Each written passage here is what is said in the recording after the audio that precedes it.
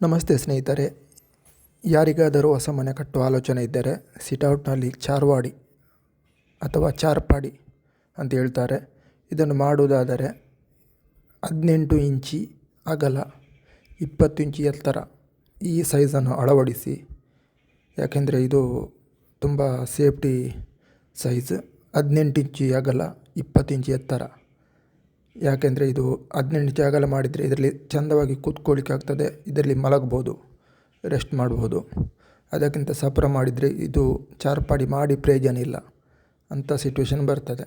ಅದಕ್ಕೋಸ್ಕರ ಜಾಸ್ತಿಯಾಗಿ ಈ ಸೈಜನ್ನು ನೆನಪಿನಲ್ಲಿ ಇಟ್ಕೊಂಡು ಯಾರು ಪ್ಲ್ಯಾನ್ ಮಾಡುವಾಗ 18 ಇಂಚಿ ಅಗಲ, 20 ಇಂಚಿ ಎತ್ತರ, ನೆಲದಿಂದ 20 ಇಂಚಿ ಎತ್ತರ, ಕೂತ್ಕೊಳ್ಳೋ ಜಾಗ 18 ಇಂಚಿ ಅಗಲ, ಇದನ್ನು ದಯಮಾಡಿ ಅನುಸರಿಸಿ.